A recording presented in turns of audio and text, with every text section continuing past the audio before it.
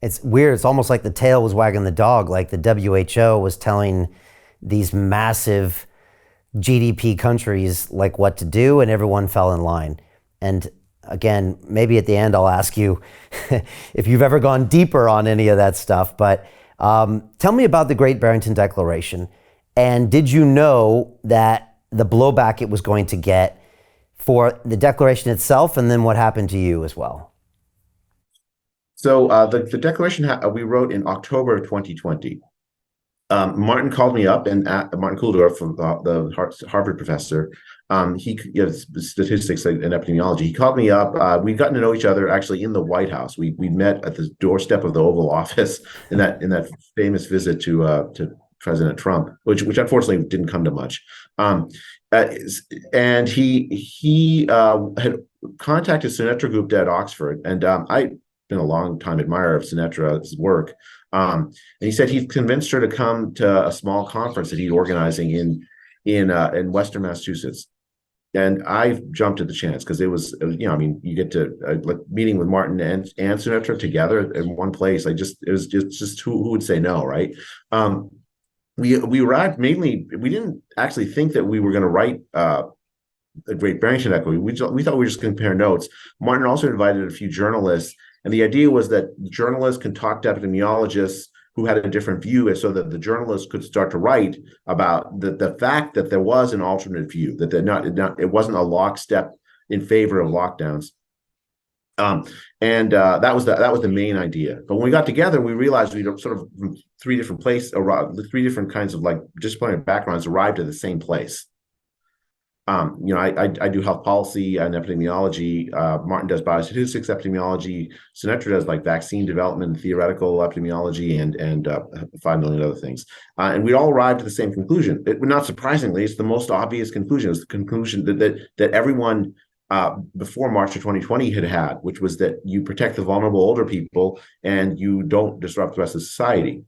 So we wrote this up. And it was like the goal was to tell the public, right? It wasn't written like a scientific document. There were no footnotes. It was not that we were not citing like journal articles. It was a one page written in colorful language to tell the public that not all epidemiologists agreed. In fact, this was the right strategy, the standard strategy. We put it online, and 1 million people almost signed it within a few, like it was amazing. I mean, it just went viral in a way that I couldn't imagine. It was a web page. Tens of thousands of epidemiologists signed it. It was a remarkable feeling. It was like, okay, we've told the world that there is actually a legitimate opposition to these policies. There's not like a scientific consensus in favor of these policies that we've been following. And we knew lockdowns were coming again. That's why we wrote it. It was October 2020. We could see that the disease wasn't gone. It was coming back. This was a seasonal pattern to it. And we predicted that the lockdowns would return as well, because governments had concluded that the spring lockdowns had worked. And so we were like, okay, it's very, very important that people understand when they're making decisions that not everyone thinks the way that Neil Ferguson in Pearl College might think. The blowback I kind of expected. I wasn't as naive as I was in March. I knew there was going to be attacks. I didn't understand though how vicious the attacks were going to be and the main provenance of them at the time. I thought that the blowback would be a political one, because we were, a lot of politicians had committed themselves to lockdowns as the right strategy on the basis of the scientific advice they were receiving, I think, in March. What I didn't understand was that, in fact, that scientific advice, our scientific leaders, people like Francis Collins, the head of the National Institute of Health, Jeremy Farrar in the UK, the head of the Wellcome Trust, a few other very, very prominent scientific leaders. I never thought that they would do this, but they abuse their position as scientific funders, who have, as a result, control over the minds of so many scientists to destroy me, Martin, and Sinetra personally. And in order to make an example of us so that other scientists wouldn't fall in line with, or who did agree with us, wouldn't speak up from doing it. Is this where Fauci got involved as well? Yeah, Tony Fauci was involved. So what happened was that we wrote the declaration on October 4th. It went viral. It was just a web page, right? On October 8th, we found out later from a Freedom of Information Act request that Francis Collins, the head of the National Institute of Health, wrote an email to Tony Fauci calling me, Martin and Sinatra, fringe epidemiologists. And as you said, I don't actually care about my affiliation at Stanford. It's not never. I always thought like it was the quality of my arguments that would matter. So, but it was Stanford, Harvard, and Oxford, right? Yeah. And so fringe epidemiologist was just a slur. I mean, it was a abuse of his power as the head of the National Institute of Health.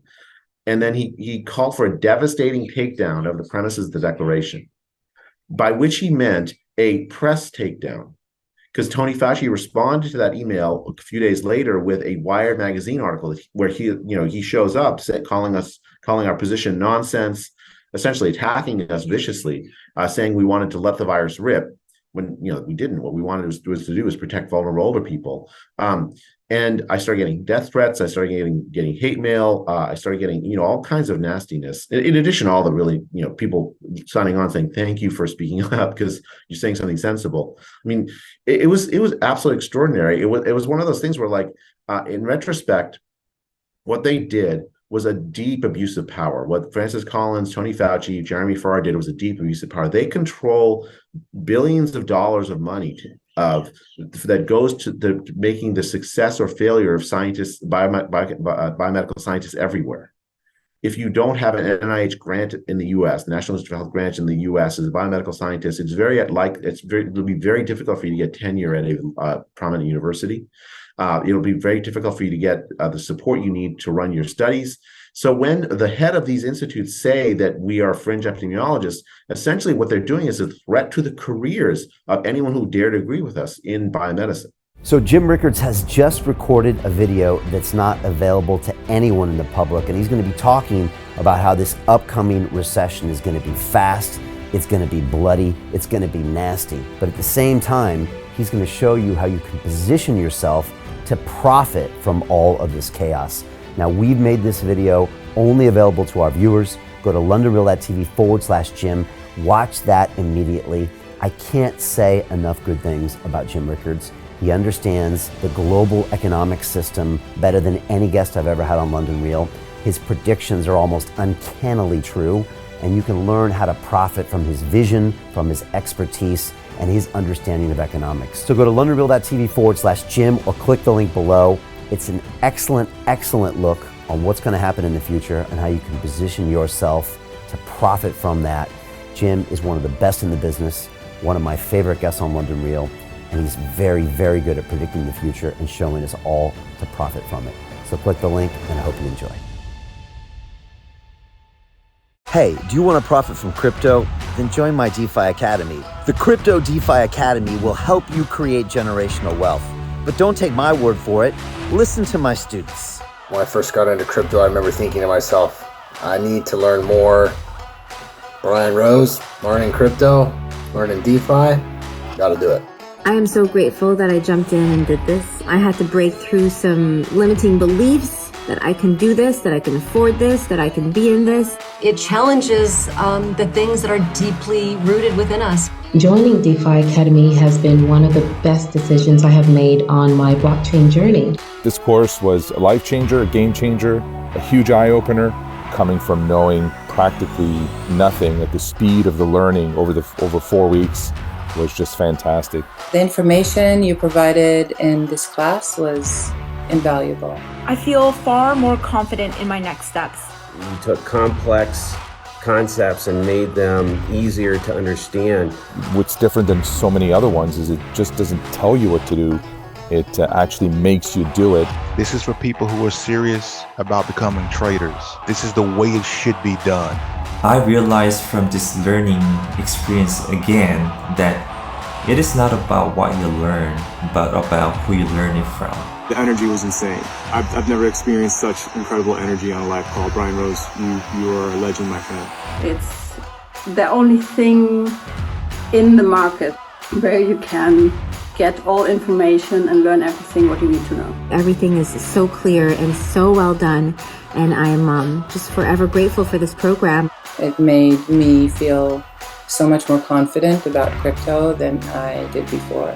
I did not anticipate how passionate I was going to become about it. This course has been like a big learning experience for me, not just in the crypto space, but just an overall balance of life. What I've learned is, how to take ownership, of my life in a way that I really hadn't before.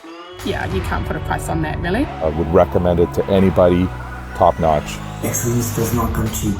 So if you want excellence, you got to pay for it, but it's so worth it.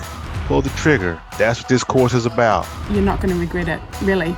It's amazing. Thank you, Brian and team. So what are you waiting for? Crypto is happening now. Click the link below, submit your application, and let me mentor you on how to create generational wealth and build the decentralized financial infrastructure of the future.